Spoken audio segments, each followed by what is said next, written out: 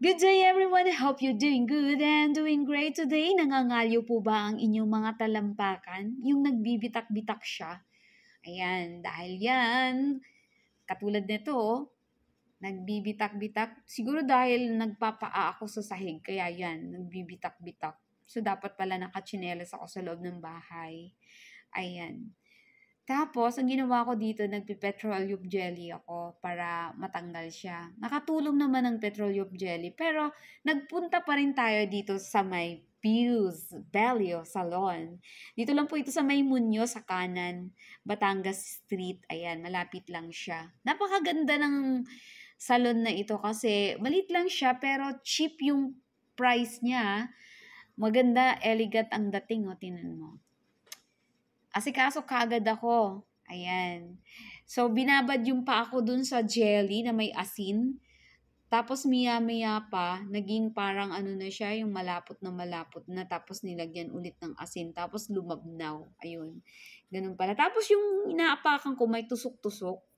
Ayan. Ito yung, ayan si Ma'am Abigail. Siya yung nagbayad ng aking paputs pa. Salamat po kay Ma'am Abigail Chua. Ayan, eto na. At medyo matagal to nakababad siya siguro mga 40 minutes. Ayan. Ayan, pagka nakababad na siya, nag-jelly ulit yung yung, ayan, yung itsura ko kapag, kasi inaano ko yung paa ko tinatapa ko dun sa may tusok-tusok na na planggana. Ayan yung planggana. Masarap ibabad yung paa Ganun. Tapos, yan, habang nag-aantay ako nung si ate yung pinalitan naman niya ng tubig na warm water na yan. Ayan, at least warm water with salt. Pagkatapos nun, ayan, nilagyan niya ng, hindi ko alam kung pabango siguro yun. Tapos, ayan, nililiha na yung paa ko. Ganyan pala ang food spa. Ay nako, hindi ko pa nasubukan yan. At nako po, napakaswerte ko at may pakape pa sila dito, no? Tsaka patubig, oh. Yan si Ma'am Fiona, may-ari. Ayan, napakabait. May free coffee at free tubig, o, diba? At eto na, tignan mo. Ayan, yung dating pangit na pa ako, eto na. Kaya pala kailangan, hindi naman luho yung paputs pa. Kailangan lang talaga dahil sira nga yung paa. Kumbaga, ginagamot mo siya. Ayun. Tapos, ayan, minamasahin niya.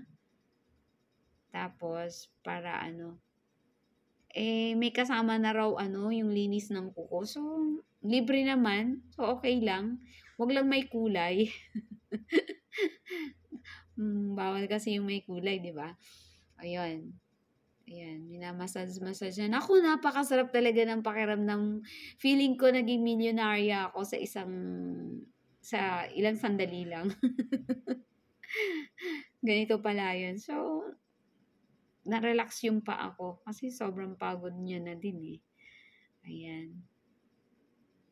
Ayan, tapos na si ate. Tapos na ba tayo, te? Ayan, tingnan natin yung paa ko. Wow! Nasaan na yung mga bitak-bitak? Wala na yung bitak-bitak. Ang bilis maayos, no? Hindi, actually, kasi naglagay din ako ng petroleum jelly. Ayan.